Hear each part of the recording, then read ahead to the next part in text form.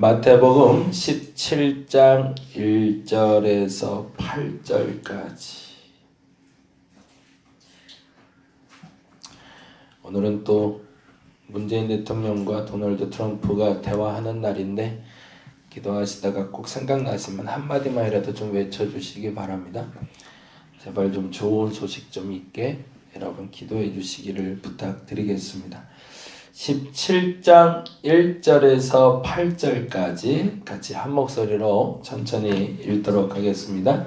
엿새 후에 예수께서 베드로와 야고보와 그의 형제 요한을 내리시고 따로 높은 산에 올라가셨더니 그들 앞에서 변형되사 그 얼굴이 해같이 빛나며 빛과 같이 씌어졌더라. 그때에 모세와 엘리야가 예수와 더불어 말하는 것이 그들에게 보이거늘 베드로가 예수께 여쭈어 이르되 주여 우리가 여기 있는 것이 좋사오니 만일 주께서 원하시면 내가 여기서 초막셋을 짓되 하나는 주님을 위하여 하나는 모세를 위하여 하나는 엘리야를 위하여 하리이다. 말할 때 호련히 빛난 구름이 그들을 덮으며 구름 속에서 소리가 나서 이르되 이는 내 사랑하는 아들이요 내 기뻐하는 자니 너희는 그의 말을 들으라 하시는지라. 제자들이 듣고 엎드려 심히 두려워하니 예수께서 나와 그들에게 손을 대시며 이르시되 일어나라 두려워하지 말라 하시니 제자들이 눈을 들고 보매 오직 예수 외에는 아무도 보이지 아니하더라. 아멘. 변화산 사건이라 기록된 사건이고요. 이 변화산은 헐몬산이라고 일러지기도 하고 다볼산이라고 일러지기도 합니다. 헐몬산은 여러분이 잘 아시겠지만 이스라엘 북쪽에 있는 우리나라 사람들이 이해하기에 가장 쉬운 산의 모습은 후지산의 모습입니다. 일본 후지산의 모습을 보면 위에가 허옇잖아요. 그리고 밑에가 산 모양으로 되어 있는, 그러니까 항상 사시사철 위에는 얼음이 얼어 있는, 눈이 쌓여 있는 이스라엘 땅에서는 가장 높은 산 중에 하나. 그래서 그 헐몬산 줄기에서 내려온 물이 요단강을 거쳐서 그 사해까지 그 큰 물줄기를 형성하면서 이스라엘의 강줄기처럼 갈릴리 바다 그쪽까지도 흘러나오는 그 이스라엘의 수원이 되는 산을 헐몬산이라고 부릅니다. 이 헐몬산이 아마도 변화산이 아닐까. 왜냐하면 지금 이제 이방인 지역을 계속 돌아다니고 계시니까 아마 그 지역이 아닐까라는 추측을 하는 학자들이 있고요. 또 하나는 다볼산이라는 얘기도 있습니다. 이 다볼산은 예전에 여러분이 잘 아시는 사사들 중에 여자 사사 한 분이 있었잖아요. 그래서 그 여자 사사가 승리했던 산이 이 다볼산이에요. 그래서 이 다볼산도 성지 비슷하게 여겨졌던 산인데 그곳에서 기도하신 게 아닌가라고 추측해 보기도 합니다. 근데 사실은 아직은 정확하게 이곳이다라고 명명되지는 않았습니다. 근데 중요한 건 예수께서 엿새 후에 산에 올라가셨다는 거고요. 이 산에 올라가시기 전에 있었던 일과 그 후에 있었던 일에 연결고리가 있다라는 거예요. 왜냐하면 사복음서 중에 마태, 마가, 누가복음은 지금 읽을 16장 28절과 그리고 17장 1절을 꼭 연결해서 보게 하고 있습니다. 같이 한번 볼까요? 28절, 16장 28절 말씀 같이 한번 읽어보겠습니다. 진실로 너희에게 이르노니 여기 서 있는 사람 중에 죽기 전에 인자가 그 왕권을 가지고 오는 것을 볼 자들도 있느니라. 이 말이 학자들에게도 그랬지만 당대의 그 이스라엘의 예수를 쫓는 이에겐 굉장히 중요한 단어였습니다. 왜냐하면 이것이 순교의 도구가 됐거든요. 내가 죽기 전에 예수가 올 걸로 알고 있었던 겁니다. 사람들이. 그러니까 옛날에 기억나시는지 모르지만 1992년에 다미 선교회 혹시 기억나시나요? 다가올 미래를 준비하라 라고 그래서 다들 짐 싸들고 교회로 다 들어가서 그 다미 성교회라는 사람들이 모여서 저녁 9시 뉴스에도 방영이 됐는데 휴거 된다고 다 기도하고 있다가 아무 일도 일어나지 않은 사건, 그런 무시무시한 사건이 있었는데 당대에 예수 그리스도를 쫓는 이들에게 이 말이 그런 울무가 됐던 겁니다. 무슨 말이냐면 본인들이 죽기 전에 세상에 종말이 올 걸로 생각을 했던 겁니다. 그래서 그 마음 때문에 사람들이 종말을 준비를 한 거죠. 그리고 종말을 준비하다 보니 어떤 일을 해야 돼요? 주의를 더 많이 해야 되고 내일은 최소화해야 되니까 가산을 정리하고 집을 정리하고 가족을 정리하고 결혼하지 않고 그러면서 살아가는 사람들이 늘어나기 시작했던 거죠. 그러다 보니까 예수 그리스도가 오시던가 안 오셨죠. 이때 이제 충격에 빠지게 되는 사람들이 생겼는데 그들 중에 제일 유명한 사람으로 우리가 기억하는 사람들이 데살로니가 교인들이죠.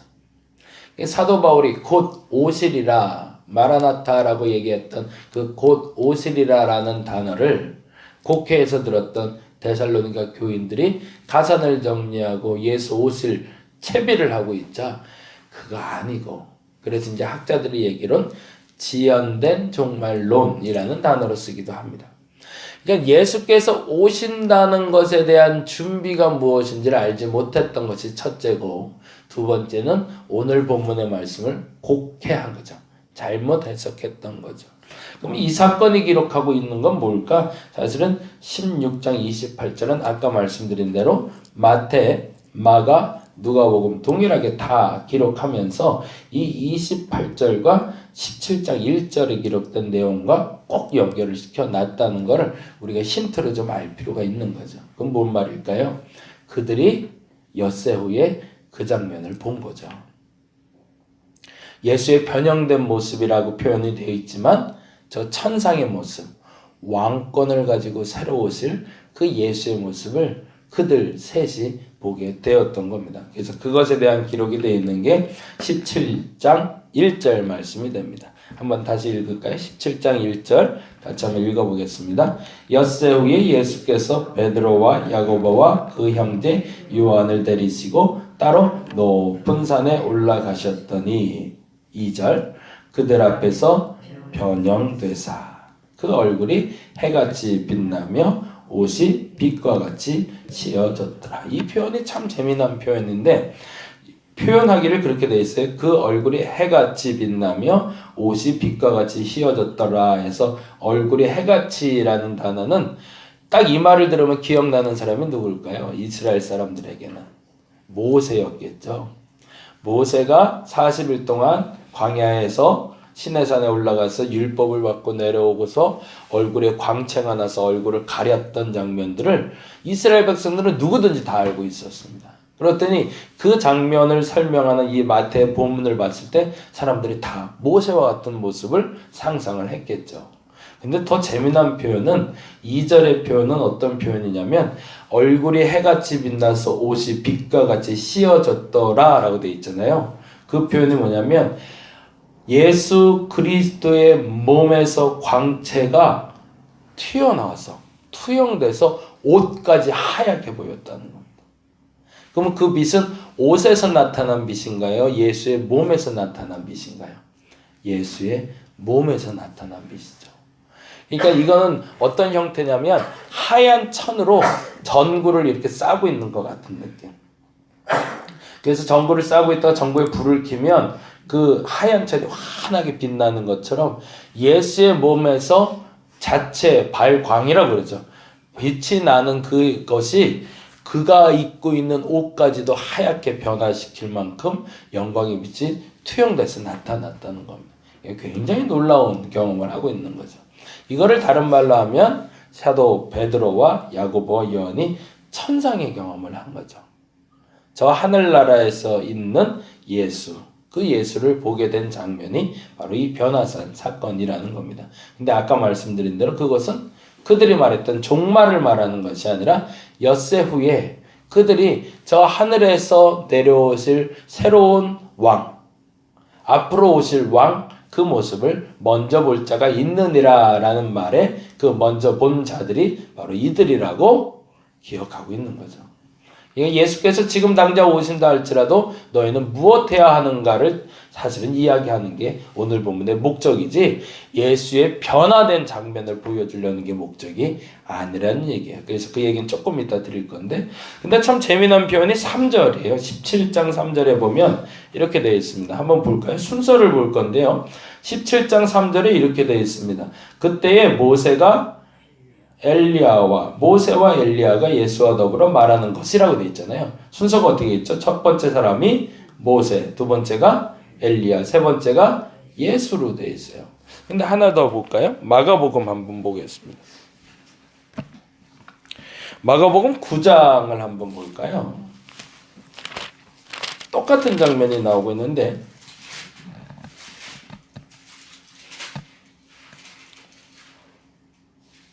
자, 9장 찾아서 9장 1절 한번 읽어보겠습니다. 9장 1절 읽어보겠습니다. 시작.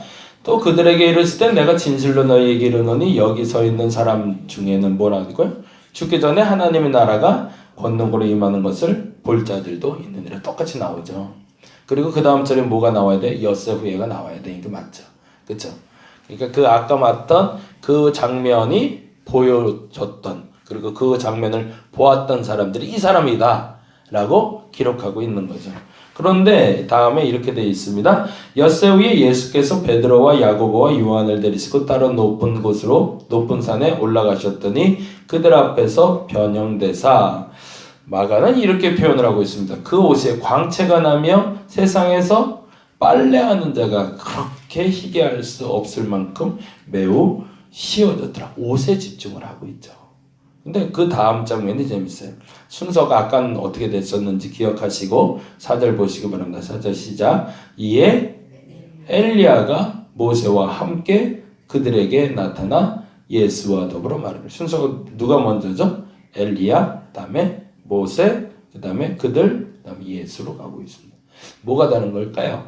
아까 마태복음엔 누가 나왔었죠? 모세, 엘리야, 예수. 여기서 엘리야, 모세, 예수. 또 하나 볼까요? 누가복음 9장입니다. 역시 9장 27절부터 봐야 더 정확히 볼 수 있을 것 같습니다. 9장 27절 9장 27절 말씀 같이 읽어봅니다. 내가 참으로 너희에게 이르노니 여기 서 있는 사람 중에 죽기 전에 뭐 한다고요? 하나님 나라를, 권능이라고 표현하기도 했고 하나님 나라로 표현하기도 했지만 동일한 표현이겠죠.